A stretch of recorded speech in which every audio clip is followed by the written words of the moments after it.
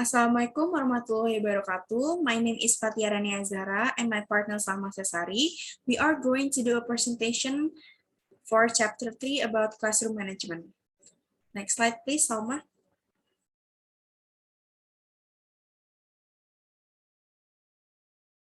Table of contents. The first is the physical environment of the classroom, and then your voice and body language, teaching under adverse circumstances, teachers' roles and styles, and the last is creating a positive classroom climate.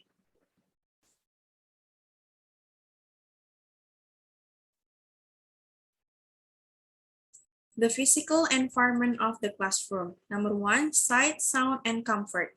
As trivial as it may first appear, in the face of your decision to implement language teaching principles in an array of severe techniques, students are indeed profoundly affected by what they see, hear, and feel when they enter the classroom. A, the classroom is neat, clean, and orderly in appearance. B, chalkboards are erased. C, chairs are appropriately arranged. D, if the room has bulletin boards and you have the freedom to use them. E, you occasionally take advantage of visuals. F, the classroom is free from external noises as possible. G, acoustics within your classroom are at least tolerable.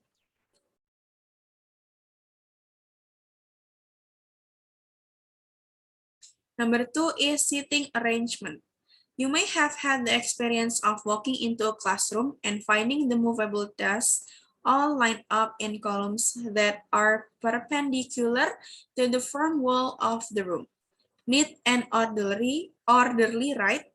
Change the pattern immediately because students are members of a team and should be able to see one another, talk to one another, and not be made to feel like they just walk into a military formation.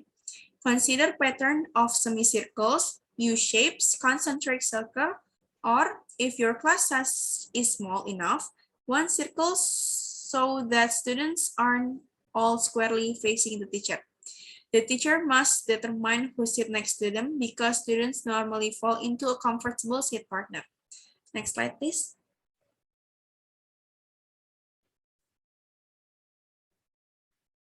Number 3 is chalkboard use. The chalkboard is one of your greatest allies. It gives students added visual input along with auditory.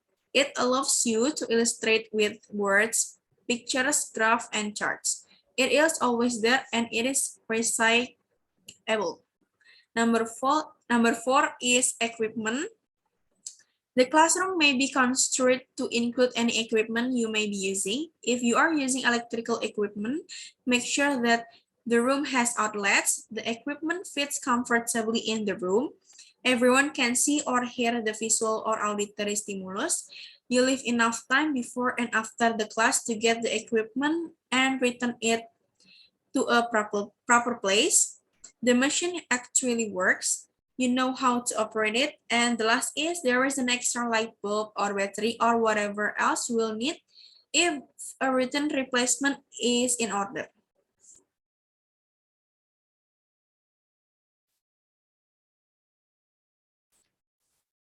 Your voice and body language. Another fundamental classroom management concern has to do with you and the messages you send through your voice and through your body language. One of the first requirements of good teaching is good voice projection. When you talk, project your voice so that the person sitting farthest away from you can hear you clearly. If you are directing comments to a student in the first row sitting right in front of you, remember that in whole class work, all the rest of the student need to be able to hear that comment. You should slow down your normal rate of delivery for the beginner level classes, but only slightly so and not to the point that the rate of delivery is downright silly. The next slide will be presented by Salma Sesari. Salma Sesari, the time is yours. Okay, teaching under the circumstances. 1. Teaching large classes.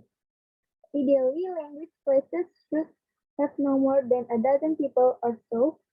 They should be large enough to provide diversity and student interaction and small enough to give students plenty of opportunity to participate and to get individual attention.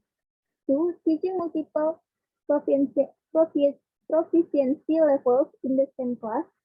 There is often a wide range of proficiency levels among students in the same class, especially in large classes. But even relatively small classes can be composed of students who, if your estimation, should not all be placed at the same level. In either case, you are faced with the problem of challenging the higher level student and not overwhelming the lower level student. And at the same time, keeping the middle group well paced toward their goal.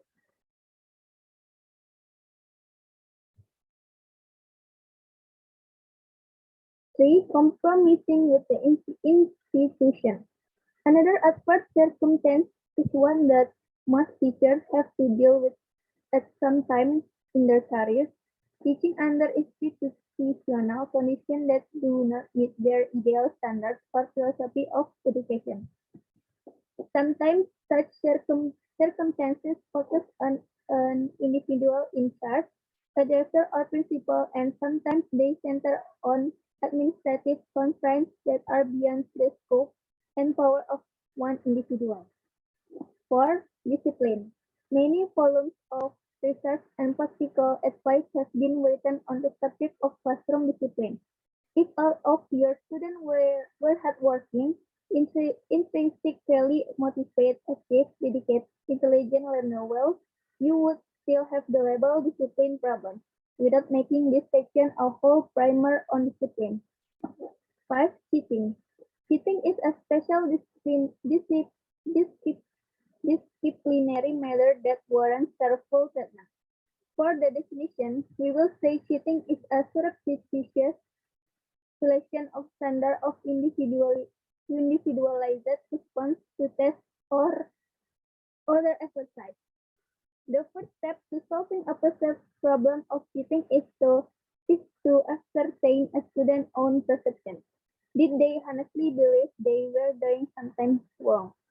There's a good deal of cultural variation in defining what is or isn't cheating, and for some, what you may think is cheating is not only intelligent utilization of research was at hand. Teaching roles and style. 1. Roles. A teacher has to play many roles. As was pointed out in chapter 11, think of the possibilities: authority figure, leader, knower, director, manager, counselor, guide, and even such roles as friend, confidant, and parent. Depending on the country you are in, on the institution in which you are teaching, on the type of course, and on the makeup of your students, some of these roles will be more prominent than others, especially in the eyes of your students. Know yourself, your limitation, your strength, your like and dislike, and then accept the fact that you are called upon to be many things to many different people. There is something quiet, unsettling about a teacher who is a sympathetic friend to some students and the dispassionate authority figure to others. 2. Teaching style. Your teaching style is another consideration.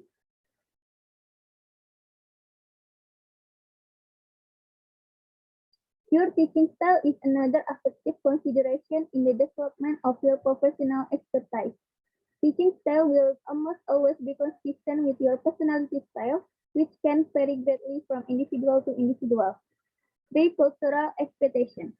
Western cultures emphasize non-directive, non-authoritarian roles. One major consideration, therefore, in the effectiveness of playing roles and developing style is the culture in which you are teaching and the culture of your students. Creating a positive classroom climate. 1. Establish rapport. Rapport is somewhat slippery but important concept in creating positive energy in the classroom. Rapport is the relationship or connection you establish with your students. A relationship built on trust and respect that leads to students feeling capable, competent, and creative. How do you set up such a connection? By showing interest in each student a person, giving feedback on each person's progress, openly selecting student ideas and feelings, following and respecting what students think and say, laughing with them and not at them, working with them as a team and not against them, and developing a genuine sense of vicarious joy when they learn something or otherwise success. 2. Balance praise and criticism. Between praise and criticism is too much make it less effective. It must be balanced. Genuine praise delivered appropriately allows students to take criticism and use it. 3. Generate energy. What is classroom energy? Energy is what you react to when you walk out of a class period and say to yourself, wow, that was a great class. Or what a great group of students. Energy is the electricity of many minds so up in a circuit of thinking and thousands unwavering. Energy is an aura of creativity sparked by the deuterion of students. Energy drives students toward higher attainment. Students or and teachers take energy with them when they leave the classroom and bring it back the next day. Okay, back to Fatia. I think that's enough presentation from us. Thank you for your attention. Wassalamualaikum warahmatullahi wabarakatuh.